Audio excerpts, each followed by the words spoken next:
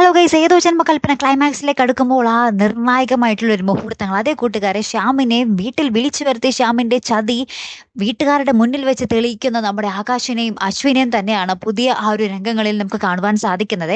കാര്യം എന്താന്ന് വെച്ചാൽ നമ്മുടെ അഞ്ജലിയുടെ വളകാപ്പ് ചടങ്ങ് അടിപൊളിയായിട്ട് ആഘോഷിക്കുന്നുണ്ട്. അപ്പം നമ്മുടെ ശ്യാമിനെയും കൂടെ വിളിക്കുന്നുണ്ട്. അപ്പം നമ്മുടെ അഞ്ജലി ഡബിൾ ഹാപ്പി ആയിരിക്കുകയാണ്. അങ്ങനെ ആ ചടങ്ങൊക്കെ കഴിഞ്ഞ് നമ്മുടെ ആകാശ് ടി വിയിൽ ഒരു വീഡിയോ പ്ലേ ചെയ്യുകയാണ്.